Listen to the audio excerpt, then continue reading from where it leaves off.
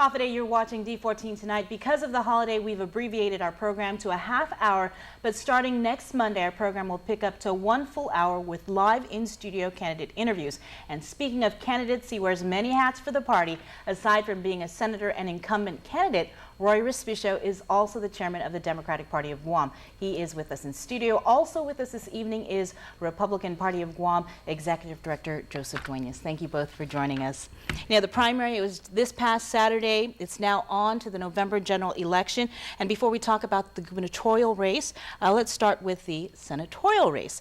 Last week, political analyst Ron McNish released his report on the decision 2014. One of the things he mentioned was it's more than likely we're going to see an 8-7, 9-6 Democrat majority.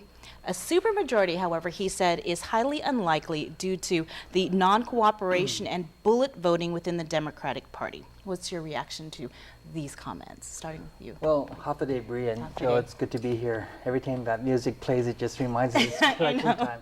But by this time, the primary would have been over, and the real work continues. And from our party's perspective, we spent the last 8 months rebuilding the party from the bottom up. Recognizing that historically we had 3 political factions, the Gutierrez, the Berdalio, and the Underwoods. And today I'm proud to report as chairman that we're all on the same page, and we've even welcomed those disaffected Republicans and independents into the fold moving forward. And you know, I think what Ron McNish is saying is true for every competitive race. But from the Democratic Party, we stress that people just have to vote 1 to 15 straight down, and that's the only way we can guarantee a majority, if not a supermajority. Your reaction? Well, you know, I think Ron McNish also gave a speech at the Rotary this week, last week, and as Senator Respicio said, by the time this airs, you know, we would have seen the election already. But at that particular speech, he actually said that it could go either way. And I agree with him on that because the Republican Party of Guam has 5 returning incumbents who are all very strong, I believe. You have Senator Blas, who is an incumbent who is returning, and you have a Senator Espaldon, right? On top of that, we also have a very viable slate of strong candidates, and I believe one of them, or a few, will actually come in and take that majority for the Republican Party of Guam. One thing you mentioned earlier was disaffected Republicans. What is a disaffected Republican? Well, basically it's someone who claims to be a Republican, but yet they may not be supportive of the Republican administration. And I could say this with all due respect, Bree, because this is what has happened to the Democratic Party over the last 12 years.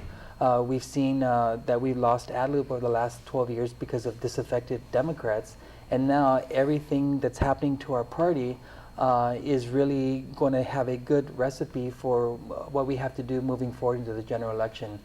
There's 8 incumbent Democratic senators.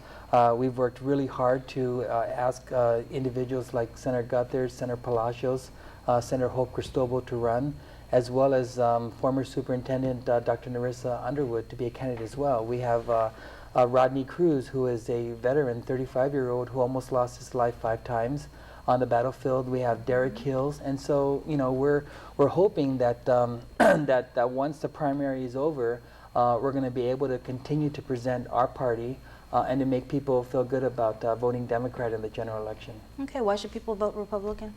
Well, I think if you take a look at Governor Calvo's tenure, what you'll see is you'll find a governor and a legislative minority who has focused on putting more money in the hands of our working families through things like tax refunds, increments, promises on the law enforcement compensation. And so these things in turn have actually stimulated the economy and have stimulated economic growth. I think people in general are feeling better about Guam. In turn, you know, if we're talking about disaffected Republicans, if there's one thing about Republican administrations, is they're very good at pulling talent, whether you're Democrat or Republican, and making everyone work together. So that's why people should vote Republican, because a vote Republican is a vote for our children and a vote for the long-term future of this island. And what is a vote for Democrat? Well, a vote for Democrat represents the leadership for all, not just for a select few. And again, by the time this program airs, we would really see what raising and spending 1.1 million versus raising and spending about 55,000 we'll get in terms of voter turnout. But, you know, I look forward to the general election, and Joe and I are really good friends. That's right. And I want to make sure people see us shaking hands. It's going to be a very close election on all races, from the governor's race to the legislature as well as the congressional race. We're just going to continue to work hard and continue to hope that this election will be about record and nothing else other than records. And we all know that in most elections we see a lot of not so nice things being said about opponents. So I guess I'll start with you, Rory. You say one nice thing about about the Calvo Tenorio. Well, the one thing I can say about Governor Calvo and Lieutenant Governor Tenorio is that they're very friendly. And in all my experiences with them, it was very cordial. He calls me Primo, I call him Primo. And I keep telling him, Governor, we're hoping that this election is about records and nothing else but record. Joe, one nice thing about Gutierrez Pinatata. Governor Gutierrez has spent a lot of time in public service and has spent many years continuing to try to be the chief executive of this island. And I think, yeah. Well, thank you guys for coming in. I know I'll see you guys along the campaign trail. Best of luck to both parties. Rory, I'll see you here for another edition of D14 in your capacity as the senatorial candidate. Stay tuned. D14 continues in a moment.